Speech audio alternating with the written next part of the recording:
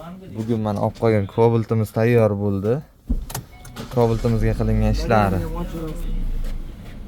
Cruise control knopkalari qo'yildi. Mana zazorlari. Original knopkadan qo'yib berdik. Cruise control knopkalarini bosib mana ishlatib ko'ramiz. Tabloda belgichasi yonadi o'zi. 40 tezlikdan keyin o'z qo'shib ajratib ishlatsangiz bo'ladi.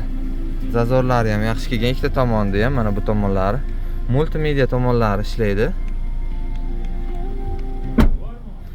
Keyingi qilingan ishlari monitor qo'yib berdik.